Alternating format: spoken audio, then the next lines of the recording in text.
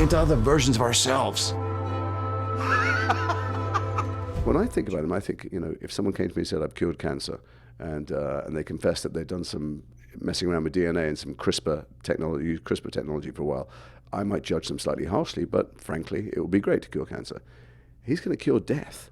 So I don't think of him as no one thinks of themselves as a villain.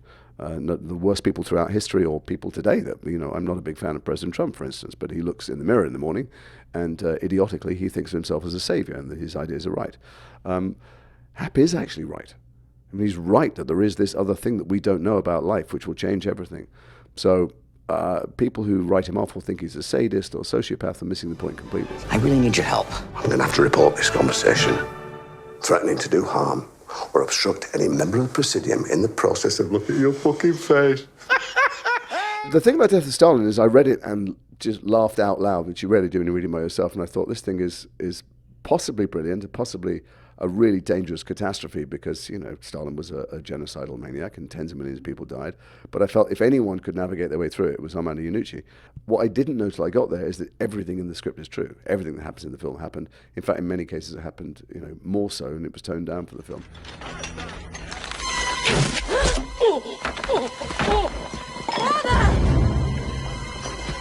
Law said death was a release, not a punishment. So I was cast in this thing, and I didn't know whether to take the job because I had this theatre job. And I was doing a workshop with Ian McKellen at the time.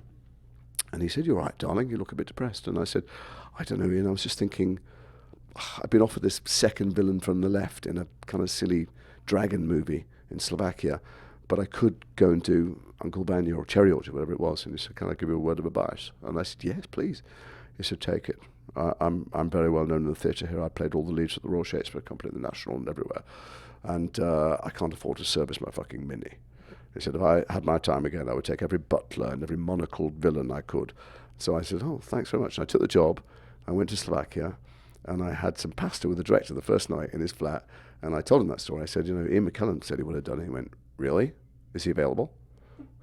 I went, "No, I'm here." Why don't we just send up 150 nuclear warheads and blast that rock apart? Terrible idea. Was I talking to you? This is Dr. Ronald Quincy from Research, pretty much the smartest man on the planet. You might want to listen to him. Armageddon was a weird one for me because I was offered, I was about to start doing a low-budget comedy in Ireland. I got a phone call at 2 o'clock in the morning, and I went, "Hello?" I thought I'd got the call time wrong or something. And someone went, "Hey, it's Mike from ICM." And I went, "Who?" They went, "It's Mike. I have Tony and Jeff and Bert and Jody on the line, and I have Mary from Disney." And I went, "Sorry, I don't understand what's going on." They went, "It's wonderful news. Michael Bay wants you to be in Armageddon." I went, "What is that? Who's that? I don't know what you're talking about. Remember when you were here 6 months ago and you met the guy to do the space film?" And I went, "Yeah." And they said, "Well, he wants you to be one of the astronauts. So you get to go to NASA, you do training, you'll go up in the vomit comet and stuff." And I went, "Well, that's great news." They went, "Only thing is it starts on Tuesday." And I went, "What, this Tuesday?" They said, "Yeah." And I went, I'm doing a film here. You don't start shooting till the morning." And I went, "Yeah, in 5 hours' time." They went, "You let us sort that out." And I went, "No, you can't. No, it's appallingly unprofessional." There was a weird silence, and I went, "Hello, Jody, Mike, Tom, where are you?" And so they came back and offered me the booby prize, consolation prize of playing the part I played in Armageddon. And the whole time I was there, and it was strange to see anything of that. That was like enormous, maybe one of the biggest films still that I've ever been on in the amount of everything. But the whole time I was looking at the astronauts thinking, "Oh, it could have been you. It could have been me in that orange jumpsuit." Because there's tiers of hierarchy on film sets. And, they were up there and I was down here, and anytime anyone was a bit iffy with me, I wanted to go, "I could have had your fucking job." Before this war's over, I'm going to kill you. Why wait?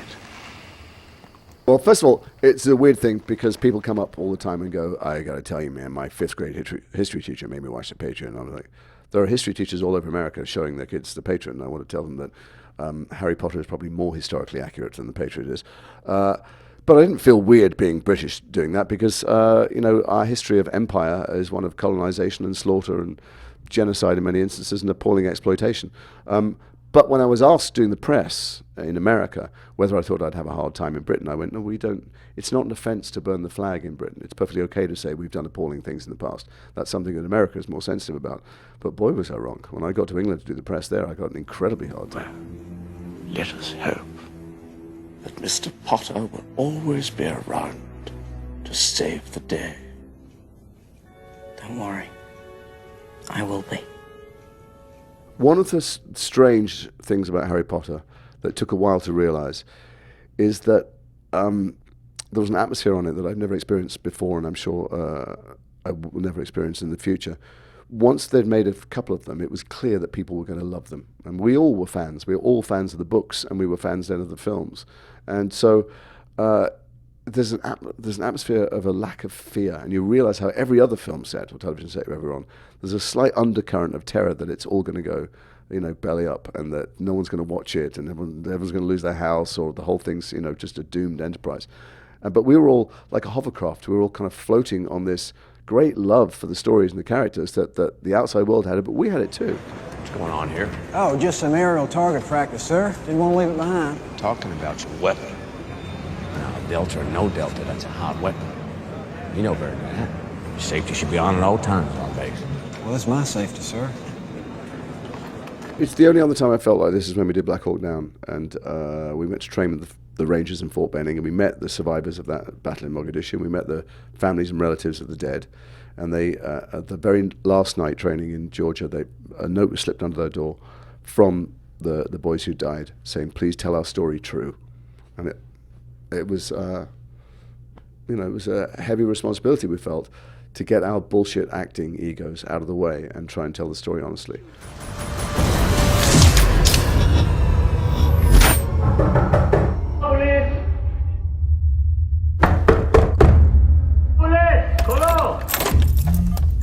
Don't open the door, it's them! In this time when we're being told to hate each other based on skin color or religion or race, the fact that all that stuff evaporated, all the divisions evaporated, and people just helped each other, gives a lie to this nonsense we're being told from the highest pulpits around the world.